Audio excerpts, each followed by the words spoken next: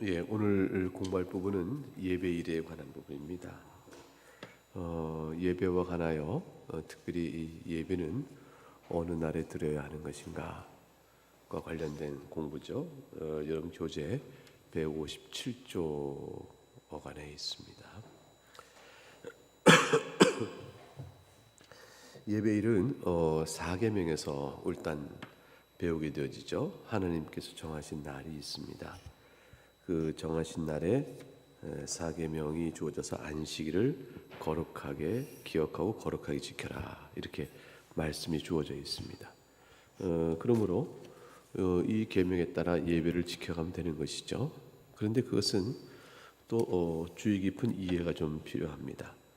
왜냐하면 이 안식일이 구약에서는 주께서 창조를 6일 동안 이루시고 마지막 날인 일곱째 날을 안식일이라 정하셨지만, 그러나 신약에 와서는 그 날이 그 부활하신 주님께서 부활한 날, 안식 후 첫날, 안식 후 첫날이니까 8일째 된 날이죠. 말하자면 순서 따지면. 그러나 이제 첫날, 그때부터 이제 우리가 예배를 하고 다른 날의 일상을 살아가는 일로 그 순서가 좀 바뀌게 되어진 형태가 되어집니다.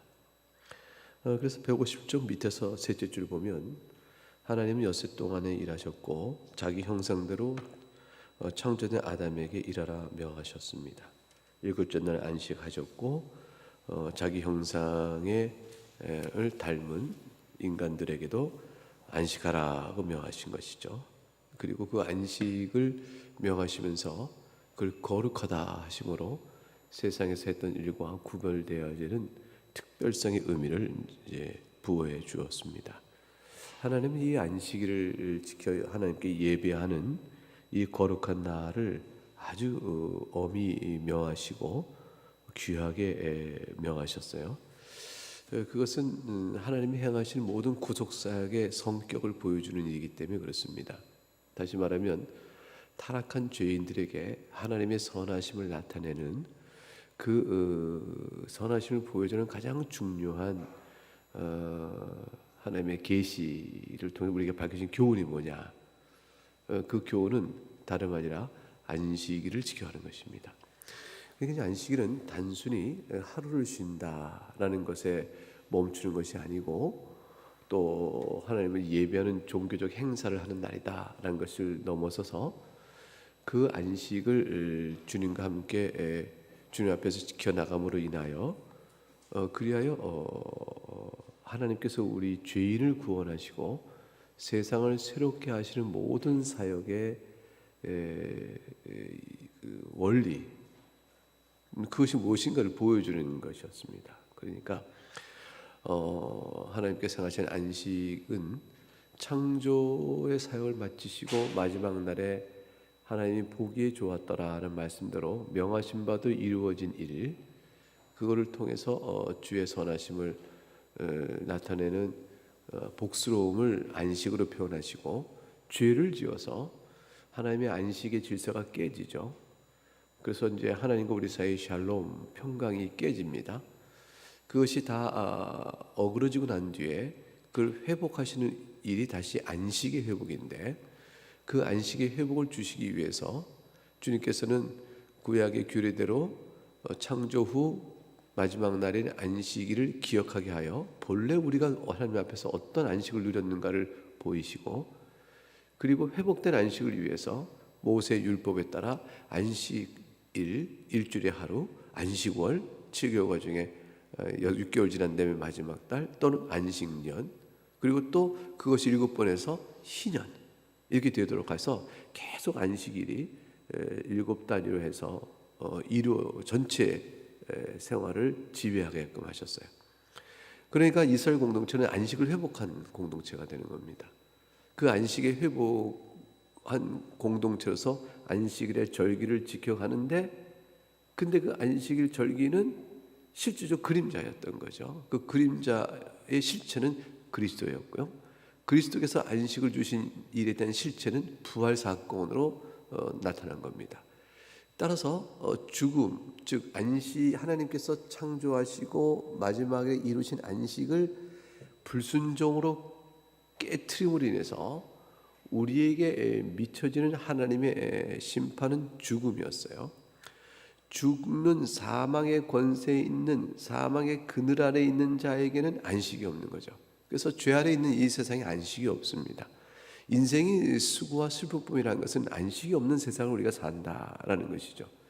우리가 신자가 교회에서 예배하며 심령 안에 말씀을 듣고 깨닫는 영적인 안식을 통하고 살아계신 하나님이 우리들의 삶을 보살펴 주시느라고 육적인 가운데서도 안식을 주시지만 근본적으로 주께서 세상을 새롭게 할 때까지는 안식 없는 세상인 거죠. 이 세상은 마음 둘 곳이 못 되는 것이죠.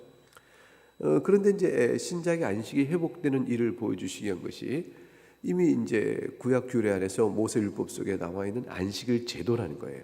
그러니까 안식일 제도는 이 땅에서 죽음 아래 있는 안식이 깨어짐으로 죽음 아래 있는 우리들에게 생명으로 다시 나오는 길이 무엇인가를 보여주는 하나님의 구원 사건, 그거를 우리에게 일깨워주고 이스라엘 공동체를 세우게 해 주신 바가 뭐냐면 안식일 제도예요. 그러니까 이스라엘 백성은 일주일에 하루를 안식하고 안식월을 지키고 안식년이 있고 희년이 지켜지는 이 과정 속에서 하나님께서 우리를 새롭게 하신다.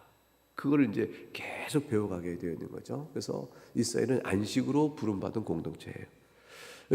그런데 이제 그 일이 그림자였단 말이죠. 이 실체는 무엇이냐? 죽음을 이기신 부활이 이제 실체가 되는 거죠. 그리스도의 모든 사역은 부활을 통해 죽음의 권세를 이기시고 우리에게 잃었던 안식을 회복시켜 주는 것이라 그것이죠.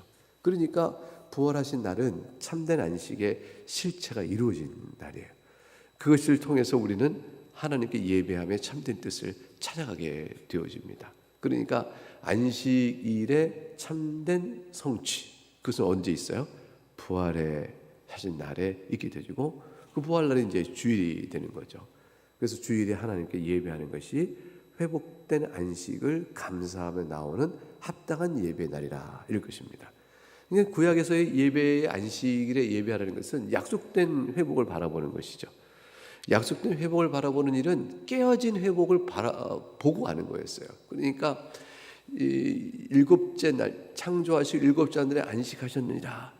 그리고 내가 그때 안식한 것처럼 너희도 안식하라 하고 모세를 통해서 명령을 주실 때 그것은 우리에게 우리가 본래 안식 가운데 있었는데 깨어져 안식을 잃었구나 라는 사실을 기억하기 위한 것이죠. 그래서 모세 때까지 구약의 규례는 전부 그림자이기 때문에 잃어버린 안식 위에서 주어질 안식을 내다보게 되어 있는 거예요. 그래서 여전히 모세의 안식일이 주님이 지으신 마지막 날, 창조 끝난 마지막 날의 안식일을 명하여 지키게 하신 것이죠. 그러니까 이 마지막 날의 안식을 지키면서 모든 이스라엘은 하나님께서 본래 보기 좋도록 세상을 만드시고 그리고 안식하였으나 우리가 잃어버렸다. 이 안식을 하나님께서 다시 우리에게 주신다. 소망으로 안식을 지켜온 거예요. 계속. 그게 소망인 것이죠. 근데 그 안식이 실제 이루어졌으니 부활의 사건이 이루어졌으니 이루어진 안식을 놓고 누리며 이루어진 안식을 기뻐하며 지내는 참된 안식은 부활의 날이 되어지는 것이라. 그래서 신약 때는 이렇게 마지막 날에서 안식 후 첫날인 부활하신 날이 이제 우리에게 주일이요 예배의 날로 합당하게 되어지는 것입니다. 그래서 교재 158쪽에 위에 셋째 줄을 보게 되면 하나님은 이 안식일 명령을 되풀이하셨다. 그렇게 되어 있죠. 출애굽기 31장 17절에 여섯 동안 천지를 창조하고 일곱째 날에 마치었다. 이제 이스라엘에 속한 가축 중 나그네에게 쉼을 제공하는 명령에도 안식일의 명령이 나오고요.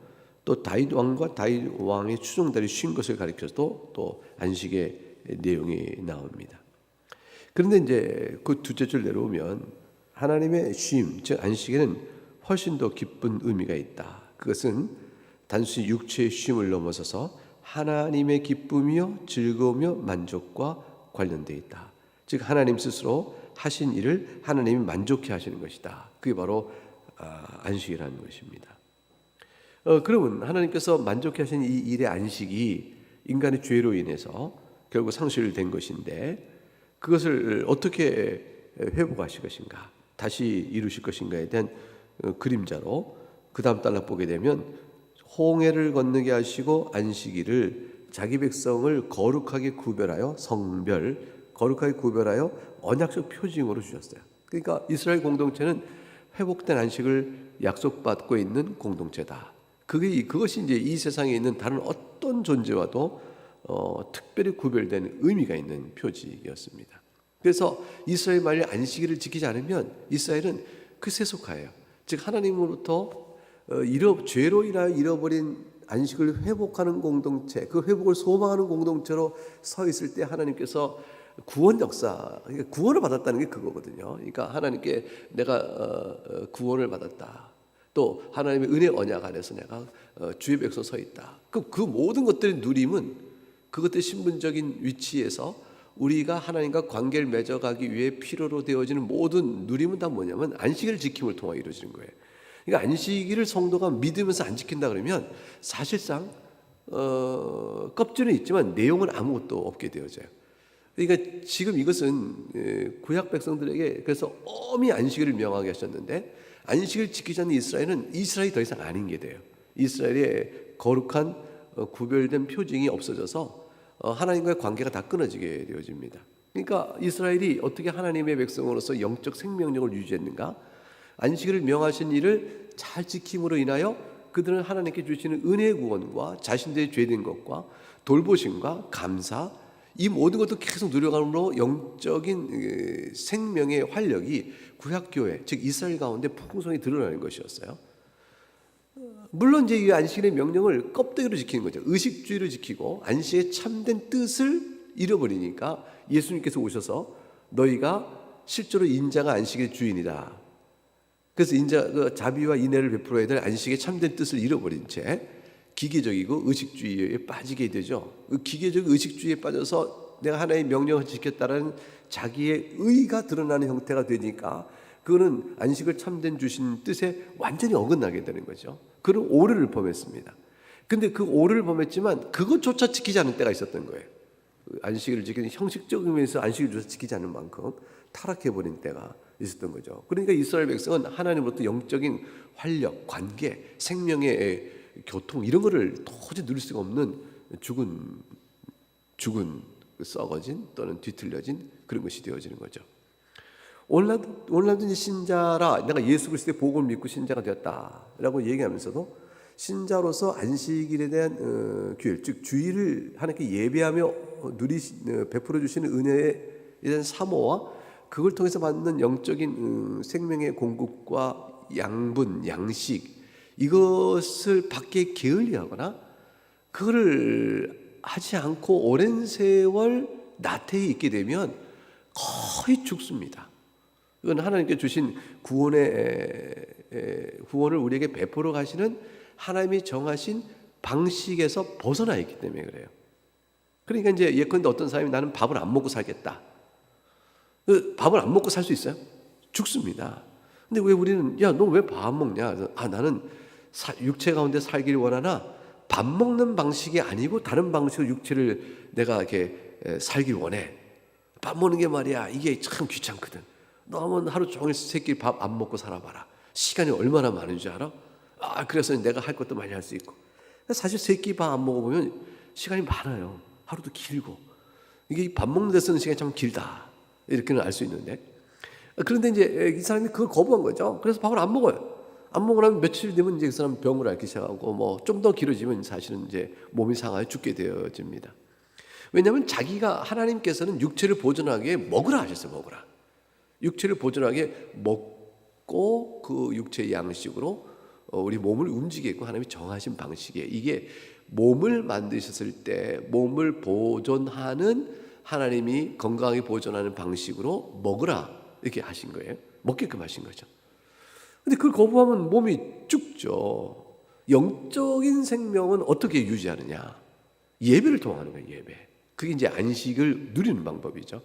참된 안식을 우리가 어떻게 누릴 수 있습니까? 예배예요. 하나님 예배를 통한 안식일의 지정은 하나님과 우리 사이에 구원받는 생명에 대한 원리이고 그걸 지켜가는 방식이에요. 누가 정하느냐? 하나님이 정하신 거예요. 우리가 임의로 정할 수가 없어요. 내가 볼 때는 나는 뭐 예배가 나는 원치 않아. 이런 식의 예배는 난 원치 않아. 뭐 등등등 어떤 이유로 저런 이유로 또는 사실 바빠 또는 내가 조금 요즘 그래 등등 어떤 이유든지 결국은 하나님께 나와 예배하는 일로부터 나태하거나 또는 중지하는 일이 상당한 기간 있게 되어지면 죽습니다. 몸이 먹지 않고 살 수 없듯이 영혼도 살 수 없는 겁니다. 거기에 하나님이 택하셨으면 결국 구원받지 않습니까? 이 얘기는 일단은 할 얘기가 아니에요. 왜냐하면 하나님 구원받은 사람은 다 어떻게 살아요? 결국 하나님께 나와서 사는 거예요. 나와서 이게 회복돼야 되는 거예요. 이렇게 하나님이 지정한 예배일에 지정한 방식에 따라 예배함으로 인하여 하나님이 선택한 백성은 사는 것이지, 하나님 선택한 백성이 이 방식을 떠나서도 못 사는 거예요. 결국은 뭐냐면 하나님이 택하여 구원받는 방식 사람은 여기 안식 주일로 나오게 돼 있는 거예요. 예배일에 예배하도록 나오게 돼 있는 거죠.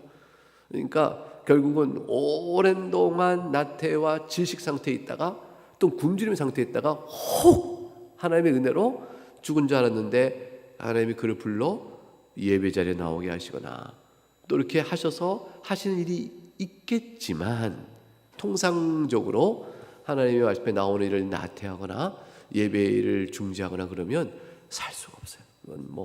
그래서 신자됨에서 이제 떨어져 나간 거죠.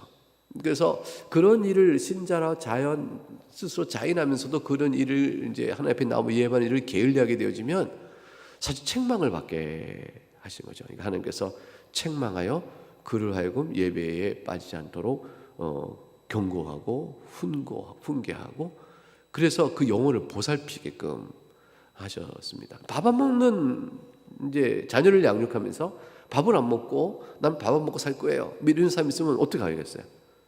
그걸 놔두지 않고 그게 아니다 타이르고 가르치고 먹이고자 하고, 그러다 안 되면 야단을 치고 어떻게 해서 교육을 시켜서 이렇게 하게 되는데, 스스로 배고프면 먹겠지 하고 놔둬 라고 해서 하지만 이 몸은 배고프면 먹게끔 되는데 이 영의 양식은 타락할 죄와 맞물려져서 배고파도 배고픈 줄 모르고 그냥 있는 경우가 많아요. 그게 뭐냐면 나병 걸린 것처럼 감각 없는 자처럼 되어져 가지고 영적 감각과 신령함을 그걸 못 느끼고 그냥 있는 거죠. 그래서 참 이게 이 예배와 관련된 영의 양식을 먹어가는 이 기쁨은 누린 자만 아는 거예요. 맛보아 알면 그 즐거움과 행복 안에서 머물러 있고 더욱더 원하는데, 맛보아 알지 못하면 자꾸 죄성에 끌려서 이게 핑계가 생기고 거부가 생기고 그래서 안식을 못 누려요. 신앙의 즐거움과 기쁨이 없습니다. 그런 자는 되게 신앙이 의무가 돼요. 신앙 의무감만 남고 자기 신앙 양심이 자기를 정죄하는 정죄감에 점점 눌리게 되어집니다.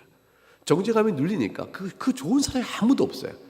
압박과 눌림을 좋아하는 사람이 누가 있겠어요? 해방을 좋아하지, 자유롭게 좋아하지. 그러니까 그 자유로움은 말씀과 하나님과 관계 회복을 통해서 자유로워져야 되는데, 그 정상 마땅히 있을 자유로움이 아니라 자꾸 일탈과 도피 그쪽으로서 자유로워지고 싶은 저항과 반항 의식이 나타나게 되어지죠. 그래서 상당한 기간 동안 결국 저항과 반항 의식에 의해서 퉁퉁 불평과 원망이 들게 되면서, 그리고 자기 파괴, 자기를 증오하거나 자기를 미워하거나 자기 파괴하거나 자기 정죄, 그 의식 안에 자기가 자꾸 빠져가서 예배 공동체 신성함에서부터 이탈돼 가는 겁니다. 이렇게. 그런 자가 주변에 허다합니다. 허다해요. 근데 의식은 살아있는 것처럼 해서 자기 정당을 통해서 교회를 이제 비판하죠. 이제 내가 교회를 안 나가는 이유에 대한 자기 정당하죠. 혼자 있게 된 이유, 내가 예수를 믿으나 홀로 믿는 이유, 근데 자기 믿음에 대한 회복을 어떻게 해야 하는지는 바르게 하지 않은 채 그런 게 돼 있는 거죠. 이거는 주님은 참 허다합니다. 그게 이제 교회의 연약성과 부패성이 그걸 자극시킨 책임이 있어요. 그럼에도 불구하고 잘못된 것 때문에 나도 잘못되면 안 되는 거예요. 세상이 다 잘못됐다고 하여 그 잘못을 따라가거나 나도 또 반동으로 또 잘못을 범하는 어리석은 일이에요. 그러나 나는 바른 주의 교훈을 따라와야 하는 것이죠. 그래서 예배를 하나님 그렇게 소중히 여기십니다. 신약에서도 주일에 예배하는 일을 아주 소중히 여기세요. 우리 이제 그 코로나19 때문에 자주 우리가 예배로 모이지 못할 때 제일 걱정거리가 성도가 예배 나온 일을 게을리하기 시작하는 거죠. 이제 그렇게 되어지면 나오는 일이 게을러지고 온라인으로 예배하면서도 처음엔 긴장하고 들이다가 온라인 예배가 나태해지고 예배가 예배하는 것 같지 않게 되어진 상태로 느려지거나 예배가 계속 방해받을 일이 많잖아요. 이게 나온다는 것은 방해받을 일이 적다는 거예요. 나온 이상 예배에 집중하잖아요. 그런데 이제 TV 앞에 있는 이상 산만해질 수가 있는 일이 많은 거죠. 그러니까 마음과 정성으로 주 앞에 예배하는 일이 조금씩 허물어져 갈 수가 있는 거죠. 이제 이런 일이 있게 되다 보니 나중에는 그 시간조차 제대로 지키지 않게 되어지고 이렇게 되어지면서 자꾸 성도들이 예배 앞에 멀어지게 되어지면 안식을 주시고 안식 가운데 세워져가는 교회, 영적 생명의 모든 것들이 다 흐트러져 버려서 나태와 또는 심지어는 중지하는 일까지 벌어지게 되어지면 그 영혼이 어떻게 될 것인가? 그게 실로 이제 걱정인 거죠. 근심이고 걱정인 거죠. 그 부분은 일깨워 말해주고 교인들이 스스로 그걸 들어 깨달아 각성하여 지키도록 하는 도리밖에 사실 없습니다. 그러니까 이렇게 공부하는 내용이 그렇구나 알아서 스스로 마음의 각성이 되어지고 중심이 잘 잡아지면 그러면 이제 더없이 좋은 일이죠. 그건 다양스러운 일이다 할 것입니다. 그래서 이제 158쪽 이제 두째 단락 밑에서 한 9째 줄 가게 되면 하나님이 자기 백성을 애굽에서 이끌어내 홍해를 건너게 하신 후에 안식일은 언약적 표징을 추가하셨다. 안식일에 첫째 창조주를 기억한다는 것과 둘째 자신들의 쉼과 안식은 하나님의 안식에 뿌리받고 있다는 사실을 기억하는 일이죠. 그 일곱째 날에 쉬신 주님은 그 일곱째 날을 안식으로 지정하심으로 밑에 둘째 줄 구속하신 일도 함께 가르쳤다. 즉 애굽에서 너희를 구원했다는 사실을 함께 기억한다는 것은 안식일이 창조와 구속의 겹치는 의미가 있다는 거죠. 이게 이제 구약의 성경이에요. 구약은 창조의 사실을 날짜로 삼고 거기에 뭘 얹으냐면 출애굽했던 구속의 사실의 의미를 더 얹었어요. 그래서 구약에는 마지막 날 안식일을 지킨 거예요. 그러나 창조 때 있었던 안식을 바라보면서 구속 사건은 뭐냐면 잃어버렸던 오늘 이 안식을 잃어버린 오늘의 현실을 바라보며 미래의 구원의 성취를 바라보게끔 하신 거예요. 그래서 이제 창조와 구속의 출애굽이라는 사건이 가리키고 있는 영혼의 구원, 예수 그리스도의 구원을 바라보잖아요. 출애굽 사건이 이스라엘의 실질적인 구원이었지만 그것은 그림자였단 말이에요. 우리가 이제 또 다른 출애굽을 하는 거 아니겠어요? 영적인 의미에서 그걸 바라보게끔 하는 의미가 얹어져 있어요. 그러니까 창조와 구속의 미래를 바라보는 소망이 함께 얹어진 것이 구약의 안식일이었다. 그렇죠? 그래서 이제 더 나아가 1년에 한 번만 있는 대속죄일, 대제사장 한 번만 들어가서는 대속죄일은 실로 안식일이었죠. 자기 백성에 대한 죄를 용서하시는 하나님의 은혜를 바라보게끔 하셨다. 그러니까 구약시대 안식일 규정은 이와 같이 창조와 구속 사건을 맞물렸기 때문에 신약에 와서 예배를 어느 날 해야 됩니까 할 때 그 구속 사건의 완성인 부활의 날인 주일에 합니다는 것은 너무 당연한 것이죠. 근데 이제 여전히 구약에 말한 안식일인 토요일에 해야겠다라고 이제 고집을 하는 것은 뭐냐면 구속적 의미가 더해지고 그게 성취되어지는 일의 개념을 미처 보지 못하고 창조 때 하신 일, 잃어버린 안식의 일 때만을 바라보는 거예요. 여전히 이제 잃어버린 안식만 바라보는 거죠. 그게 이제 그 구약 백성들도 잃어버린 안식만 바라보지 않도록 내가 너희를 애굽에서 구해낸 여호와니라 이 날을 기억하라. 이렇게 하심으로 인해서 구약 백성에게도 구속 사건을 보도록 하셨는데, 근데 이제 일곱째 날만이 이제 예배날이다 주장하게 되면 지금 그걸 이루신 주님은 보지 못하고 창조 잃어버린 안식만 바라보는 날로 붙들게 되어지는 이제 있게 되어지는 것이죠. 하나님께서는 이제 안식일을 왜 이렇게 귀히 여기셨는가? 하나님이 행하신 구속 사건의 모든 것을 그들하고 잊지 않고 바라보도록 하시기 위한 거였어요. 그래서 매우 엄격했다. 159쪽 위에 셋째 줄, 이스라엘 백성은 아무 일도 하지 말고 동물과 가축에도 휴식을 주고 나그네도 일하지 못하게 하고 해서 할 수 있는 것과 해서는 안 될 것을 규정을 주셔서, 예를 들어 안식일에 처소에 불을 피우게 밖에 나가서 나무 가지고 굽는다면 죽이라 하셨고, 이렇게까지 엄격하게 하셨어요. 하나님의 구원 언약의 절대적인 것을 이스라엘에게 엄히 명하신 거죠. 이것은 그만큼 인간이 임의적으로 행동하기 때문에요. 타락한 이후에 우리의 죄에 대한 작용이 그만큼 우리가 임의적으로 행하기 때문에 그래요. 이거 하나님께서 엄히 안 하셨으면 구약의 이스라엘은 다 엉망이 되었을 거예요. 이런 엄격함은 이스라엘 옛 언약을 성취하는 마지막 희생제사이신 예수 그리스도에게로 인도하는 율법의 초동교사적 기능의 일부분이라 할 수 있다. 그리스도를 바라보게끔 하신 것입니다. 그런데 부활하신 한 주의 첫날에 상황이 달라졌습니다.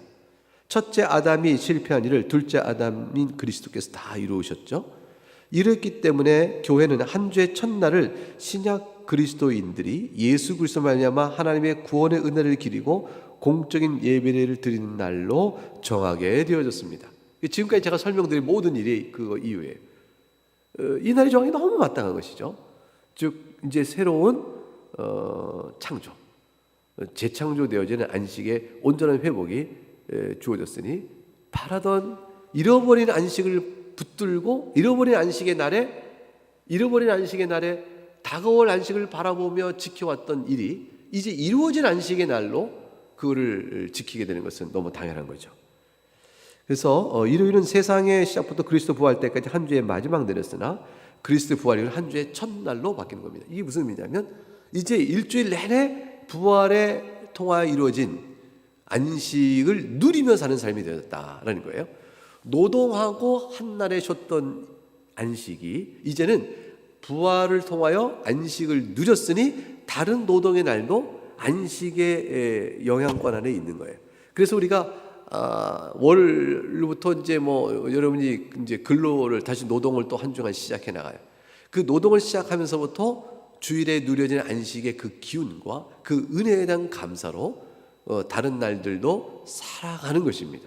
살아가는 거예요. 육체는 고단하고 힘들고 세상살이 속에 마음의 슬픔과 수고의 근심과 상처들이 있지만 그 모든 넉넉히 이길 부활의 은혜의 영광에 감사하면서 그를 감당해 살아가는 것이죠. 그러니까 그 빛을 따라 쭉 보고 살아가게 되어 있는 거예요.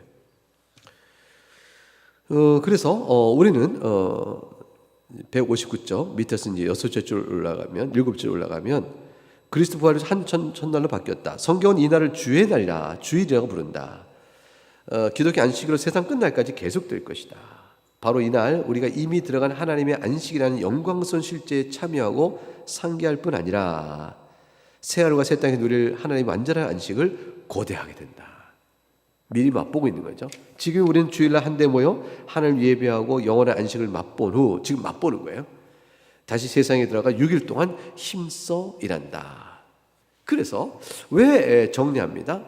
왜 우리는 일요일에 예배하는가? 한 주의 첫날, 즉 안식 후 그 다음 날에 주님이 부활하셨다. 그 날이 주의 날로 불리우고 있고, 그리고 그 날에 성령께서 교회에 역사하셨다. 성령이 강림하여 신약 교회를 탄생케 하시는 그 놀라운 사건이 안식 후 첫날에 이루어졌습니다. 그리고 창조 첫날에 빛을 만드신 것처럼 우리는 죄의 진리의 빛이 비추신 그리스도의 복음의 빛을 첫날에 누리는 것이다. 이렇게 이제 몇 가지 정리해 놨습니다. 그래서 이제 창조에서 새 창조로 우리가 나가게 되어지는 것이죠. 그러면 요 부분은 지금 예배를 설명을 쭉 했으니까 161쪽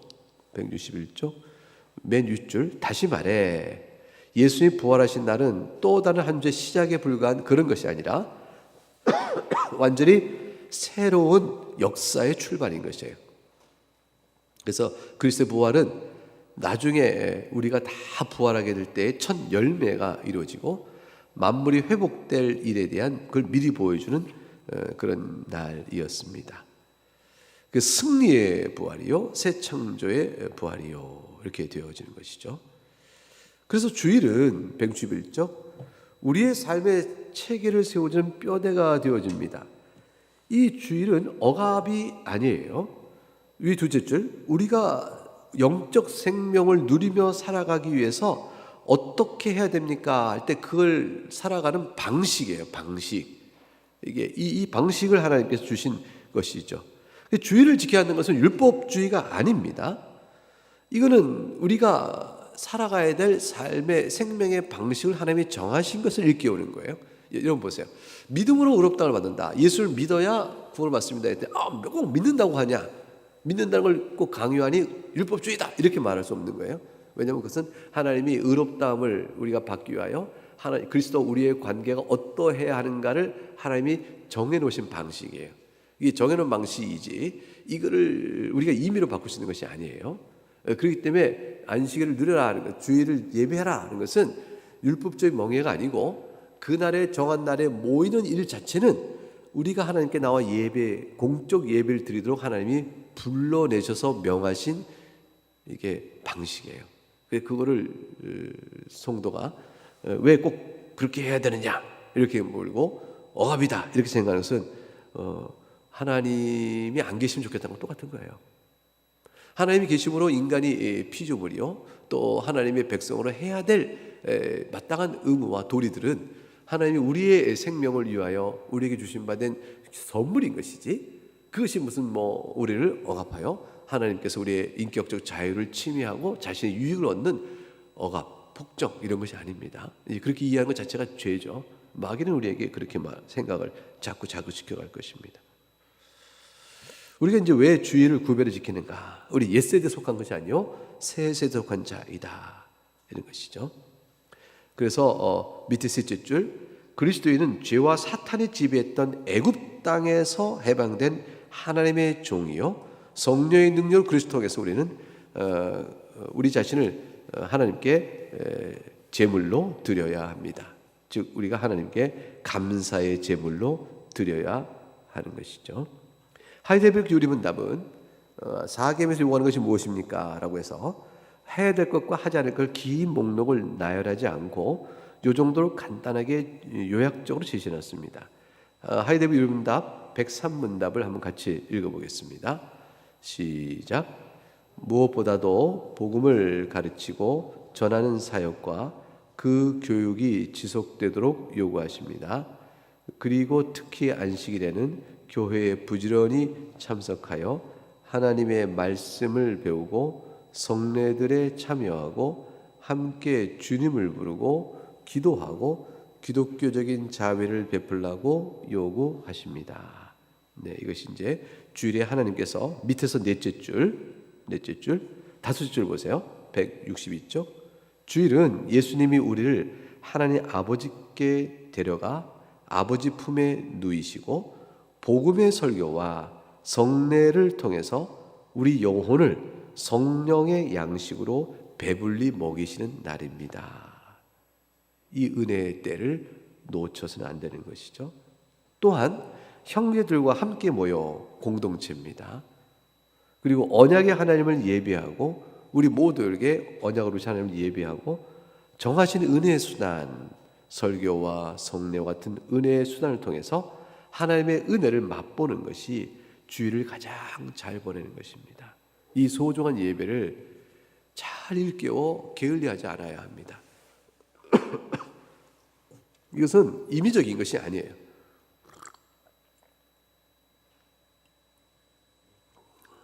그래서 예배는 말이죠. 이런 거하고 좀 달라요. 내가 혼자 경건의 시간을 가짐으로 나도 은혜를 누릴 수 있어 라는 것과 근본 성격이 다릅니다. 공적 예배는 굉장히 중요한 것이에요. 그러니까 우리가 사적인 시간에 사적으로 말씀을 보거나 개인적 예배를 드릴 수가 있어요.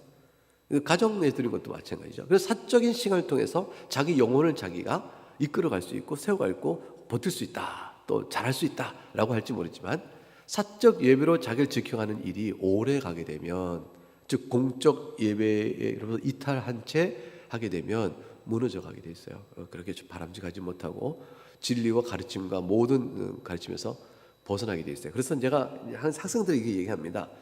만약 자네가 어느 곳에 갔는데 그곳에 이제 장로 교회는 없고 개혁 신학을 따르는 교회는 없고, 예컨대 그곳에 개혁파가 동의하기 어려운 학론파, 즉 알미니안적인 그런 주장을 하는 교회가 하나가 있다고 치잖아.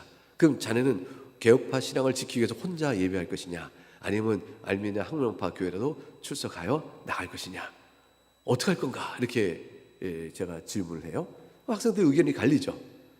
저는 그 학론파 교회 가면 강설에 다 동의할 수 없고 부딪히는 것이 많으므로 하나님의 은혜를 받을 수가 없습니다. 따라서 혼자 있겠습니다 라고도 얘기합니다. 그것도 나름의 이유가 되어지죠. 그래서 저는 뭐라고 하냐면 그 교회를 나가라는 거예요. 출석하여 교회원이 되라는 것이죠. 왜냐하면 더 넓은 보편교회 안에 그리스도 안에서 개혁파가 아니야 할지라도 그 교회라도 나가는 것이 안당함보다 낫다는 겁니다.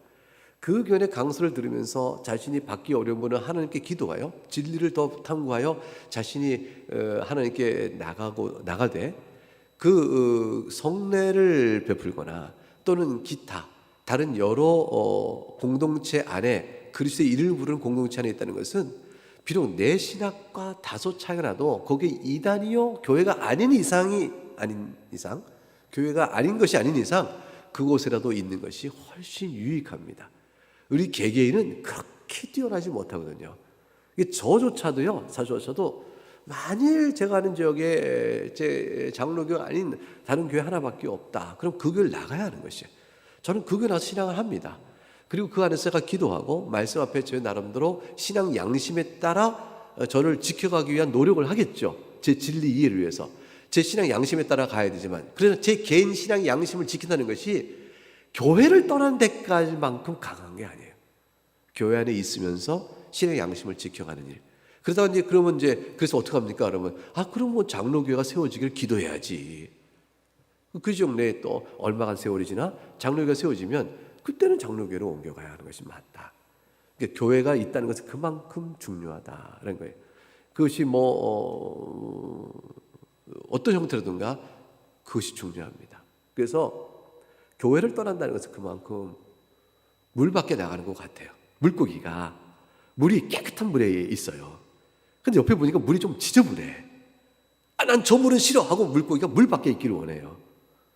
그러면 조금 오염된 물이라도 조금 더러운 물이라도 물고기는 더러운 물에 있으면 사는 겁니다. 그가 어떻게든지 병들 수는 있죠. 그러지 않기 위해서 신앙 양심에 따라 꼭 자기가 노력을 해야겠죠.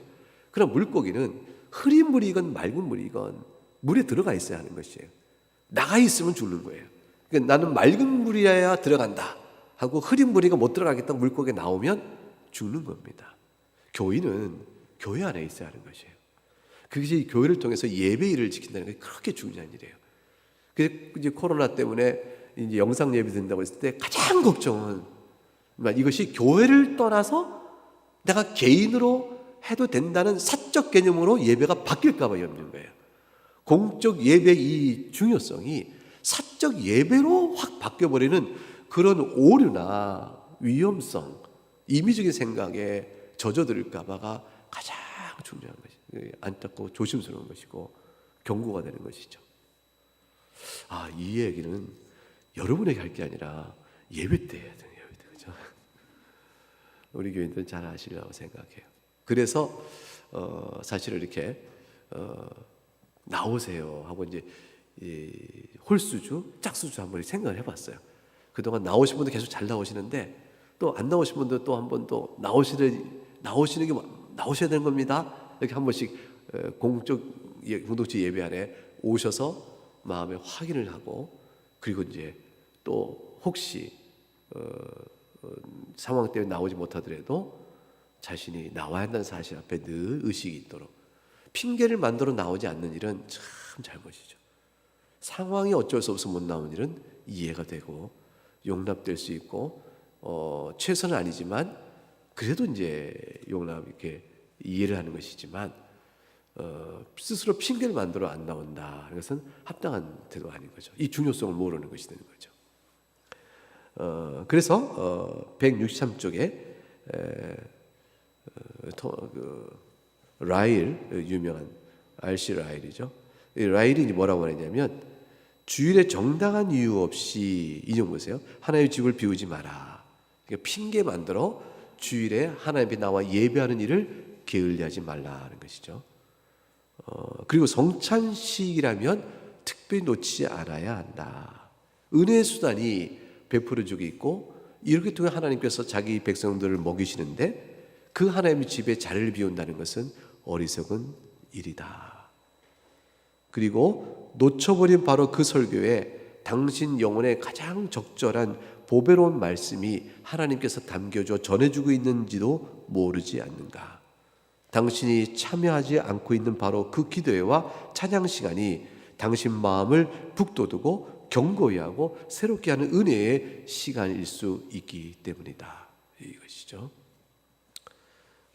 결론적으로 위에서 셋째 줄, 대다수 교회는 자기네 예배가 성경적이라고 말할 것이지만 오늘날 드리는 현대적 예배가 과연 어떤가? 락밴드, 또 청정을 웃기는 설교, 그러나 연극이나 또 예화로 연극이나 스킷 드라마를 통해서 하는 예배, 이 모든 것들을 과연 어떻게 볼 것인가? 근데 하나 빠진 게 있다. 그것은 뭐냐면 하나의 말씀을 다시 들어 말씀을 해석해 풀어주는 일이라는 것이죠. 풀어주는 일이라는 것이죠. 그래서 이제 여러분, 드라마나 스킷은 그 자체로 어떤 쉬워요. 쉽고 어떤 감동도 줄 수 있어요. 그런데 해석이 없는 거예요. 해석. 왜냐하면 성경의 말씀을 들어 그리스도를 들어 해석해 줘야 되는 것처럼, 드라마를 봤다면 드라마 또한 이 드라마 속에 들어있는 내용이 뭔가를 말씀과 연결져 해석하는 일이 되는데, 그 해석의 일이 현저히 약화되거나 또는 부족하게 되면 그 순간 하나의 말씀을 선포하던 중요한 기능이 약화되는 것이죠. 그래서 실제로 조심스러운 것이죠. 근데 말로 하는 예화는 되는데 영상으로 보는 예화는 안 되느냐? 아니, 그 방식의 문제는 사실은 꼭 안 된다고 말할 수는 없어요. 제가 볼 때는 할 수 있다고 생각해요. 그런데 참 이상해요. 그 듣고 말씀을 듣고 풀고 하는 이 의식 속에서 영상 하나 딱 보고 난 다음에 영상에서 무슨 뭐가 있어요.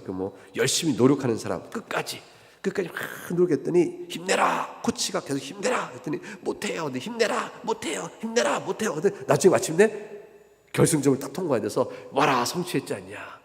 그렇게 하면 감동적인 영화 장면이 있어요. 짧게 영화에서 잘라갖고 와서 이렇게 보여주죠. 그 자체는 감동적이에요. 열심히 인내하고 노력하는 모습이 그래 해야 돼.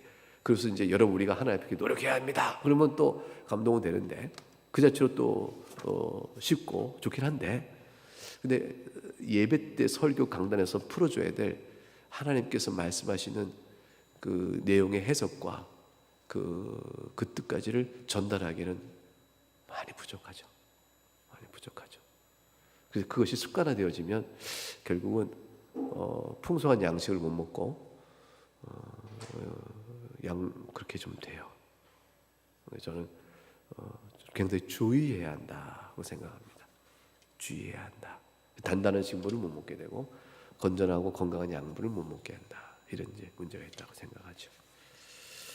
그래서 저는 합당한 하나님께서 원하시는 예배의 뜻을 이루기가 어렵다고 생각합니다.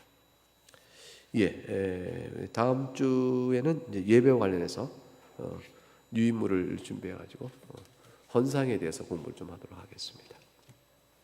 네, 오늘 좀 길었습니다. 여기까지 마치느라고 잠깐 기도하고 마치겠습니다.